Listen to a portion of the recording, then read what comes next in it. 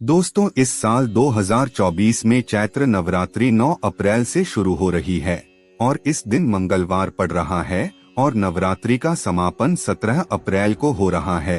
और आज हम आपको इस वीडियो के माध्यम से माता वैष्णो देवी के सिक्के का एक चमत्कारी उपाय बताने वाले हैं। दोस्तों, हमारे हिंदू धर्म में प्राचीन काल से ही शुभ मुहूर्तों में तथा शुभ त्योहारों में सोने चांदी की जो खरीदने की परंपरा है, यह प्राचीन काल से ही चली आ रही है, क्योंकि सिक्के को हमारे हिंदू धर्म में लक्ष्मी कहा जाता है और लक्ष्मी सौभाग्य का प्रतीक है। वैष्णो माँ के सिक्के का चैत्र नवरात्रि के किसी भी दिन आपको यह प्रयोग करना है। चमत्कार देखकर आप भी हैरान रह जाएंगे। अगर आपके पास वैष्णो माँ के पुराने सिक्के नहीं है तो दोस्तों, आप अभी से इसे ढूंढना शुरू कर दें, क्योंकि पहले हमारे भारत में वैष्णो माँ के सिक्के बहुत ज्यादा चले हैं। तो इसका बहुत ही बड़ा चमत्कार आज हम आपको इस वीडियो में बताने वाले हैं। नवरात्रि के समय आप इसे जागृत करके बहुत सारे लाभ ले सकते हैं।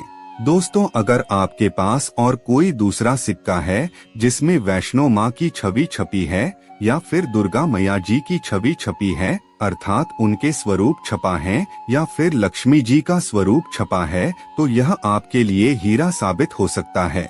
दोस्तों, हम सब लोग क्या करते हैं कि दिवाली के समय घर की बरकत बढ़ाने के लिए लक्ष्मी माता जी के चांदी के सिक्के या फिर गणेश जी के चांदी के सिक्के घर में खरीद करके लाते हैं। तो उसका उपाय भी इस नवरात्रि के दौरान अगर आपके पास में है तो आप कर सकते हैं। दोस्तों, अगर आप इन सिक्कों को सिद्ध करना सीख जाएंगे तो यकीन मानिए आपके जीवन में कभी भी धन की कमी नहीं होगी, आपको कभी भी किसी वस्तु का अभाव नहीं होगा। यह कोई साधारण सिक्का नहीं है, यह कुबेर का खजाना है। दोस्तों, कुछ ही दिनों बाद यानी 9 अप्रैल 2024 को चैत्र नवरात्रि शुरू होने वाला है। और आपकी जानकारी के लिए बता दें, नवरात्रि को जागरण का पर्व कहा जाता है, क्योंकि नवरात्रि में माता दुर्गा पृथ्वी लोक पर अपने संपूर्ण शक्ति के साथ हमारे मानव कल्याण के लिए छोटी कन्या के रूप में आती है। दोस्तों, अगर नवरात्रि में कोई व्यक्ति माँ का ध्यान करते हुए कोई एक रात्रि कालीन में जाग जाए तो व्यक्ति के जन्मों का पाप मिट जाता है। नवरात्रि में किसी भी दिन की अपेक्षा रात में माता रानी की पूजा करते हैं तो माता रानी जल्दी प्रसन्न होती है। और नवरात्रि में नवरात्रि की जो हर एक मिनट है वह गंगाजल के समान पवित्र और कल्पवृक्ष के समान सब कुछ देने वाला होता है। तो दोस्तों, आज के इस वीडियो को आपको ध्यान से देखना है तथा ध्यान से सुनना है। वीडियो को बीच में छोड़ करके आपको नहीं जाना है। वैष्णो माता के सिक्के का जो चमत्कारिक उपाय इस वीडियो में बताएंगे, इसे सिद्ध करने का जो उपाय बताएंगे, यह आपको रंग से राजा बनाएंगे। यह आपकी हर कदम में मित्र के भांति मदद करेंगे। किसी भी क्षेत्र में आप जाएंगे, यह हर क्षेत्र में आपकी मदद करेगी। तो इसीलिए आज के वीडियो बिल्कुल भी मिस मत करना। देखिए दोस्तों, ज्ञान हमेशा काम आता है और ज्ञान को कभी भी आधा अधूरा प्राप्त नहीं करना चाहिए, क्योंकि आधे अधूरे ज्ञान पाप का भागी बनाता है। अधूरे ज्ञान व्यक्ति को हमेशा नुकसान करता है। आज जितने भी दर्शक हमारे इस वीडियो को देख रहे हैं, आप हमारे दर्शक ही नहीं बल्कि आप हमारे परिवार का हिस्सा है और आपको अवश्य इस वीडियो से बहुत ही ज्यादा लाभ मिलेगा। तो अभी तक आपने चैनल को सब्सक्राइब नहीं किया है तो सब्सक्राइब अवश्य कर लीजिए। दोस्तों, इस बार की चैत्र नवरात्रि पूरे 9 दिनों का रहने वाला है। हर साल की नवरात्रि 9 दिनों का नहीं होता, कई साल की नवरात्रि 8 दिनों की हो जाती है तो कई साल की नवरात्रि 10 दिनों की हो जाती है।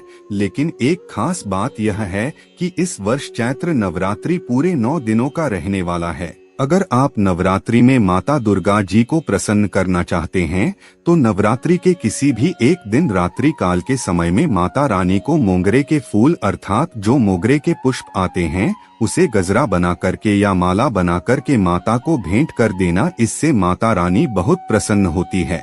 दोस्तों, हमारे इस सत्य धर्म ज्ञान यूट्यूब चैनल के माध्यम से पुरानी लुप्त हुई जानकारी आप तक पहुंचाते हैं, ताकि आप सब लोग नवरात्रि के समय का भरपूर लाभ उठा सकें।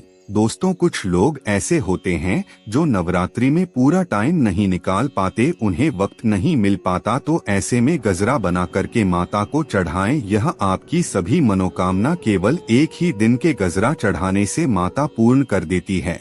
दोस्तों, माँ का हृदय बहुत कोमल होता है। माता को प्रसन्न करना बहुत आसान है, बस आपके भाव अच्छे होने चाहिए। तो दोस्तों, अगर आपके पास वैष्णो माँ का या फिर लक्ष्मी माँ का कोई पुराना सिक्का है तो नवरात्रि में आप इस सिक्के को जागृत कर सकते हैं। हमेशा याद रखना, बिना जागरण के तथा बिना शक्ति पाठ किए हुए कोई भी चीजों को लेते हो तो वह लाभान्वित नहीं होता, वह आपको लाभ नहीं देते। एक छोटा सा उदाहरण देकर समझा रहे हैं, ध्यान से समझना। अगर आप कोई भगवान की मूर्ति घर में खरीद करके लाते हैं और उसमें प्राण प्रतिष्ठा नहीं है तो दोस्तों, ऐसे मूर्ति की घर में पूजा नहीं होती। हमारे शास्त्र कहते हैं कि जिस मूर्ति में प्राण प्रतिष्ठा हो वह मूर्ति हमें फल प्रदान करता है। उस मूर्ति की पूजा करने से हमें धन, ऐश्वर्य, सभी तरह के भौतिक सुखों की प्राप्ति होती है। जब कोई ब्राह्मण वेद पुराणों का मंत्र जाप करके मूर्ति में प्राण प्रतिष्ठा करता है तो वह मूर्ति जागृत होती है। इसी तरह अगर आपके पास वैष्णो माँ का कोई सिक्का है और वह सिद्ध नहीं है तो यह आपके लिए फायदेमंद नहीं है। यह केवल एक साधारण सिक्का है, लेकिन आज के इस वीडियो में इसे जागृत करने का जो तरीका बताएंगे उसे अगर आप सीख जाते हैं तो यकीन मानिए दोस्तों, आप इस सिक्के को जागृत करके दिन दोगुनी रात चौगुनी तरक्की कर सकते हैं। दोस्तों, यह सिक्का मंत्रों से जागृत नहीं होगा, यह सिक्का किसी भी तरह की क्रिया से जागृत नहीं होगा। केवल एक ऐसे वृक्ष के बारे में बताएंगे जिसकी जड़ में रखने से जागृत हो जाएंगे।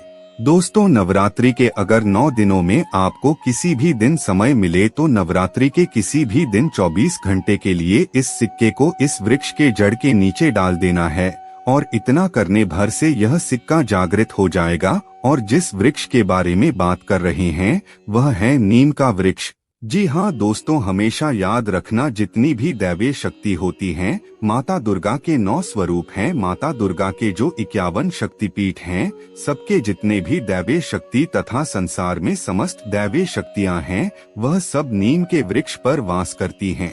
दोस्तों, आपकी जानकारी के लिए बता दें, माता शीतला का भी स्थान नीम के वृक्ष में कहा जाता है। तो नवरात्रि के किसी भी दिन अगर आपके पास में वैष्णो माता जी का सिक्का है या फिर कोई पुराना सिक्का है तो नीम वृक्ष के जड़ों के नीचे आपको दबा करके आ जाना है और नीम वृक्ष से आपको प्रार्थना करना है।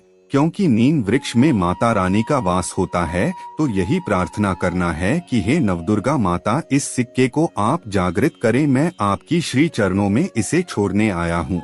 आपको इस सिक्के को नीम वृक्ष के नीचे 4 से 5 उंगली अंदर दबा करके आ जाना है। इसे 24 घंटे के लिए भी दबा सकते हैं। नवरात्रि के बाद निकाल करके इन सिक्कों का किस तरह से उपाय करना है वह ध्यान से सुन लीजिए, क्योंकि यह सिक्के जागृत हो गए हैं, लेकिन अगर आप उनके उपाय भी नहीं जानेंगे तो आपको कैसे लाभ मिलेंगे।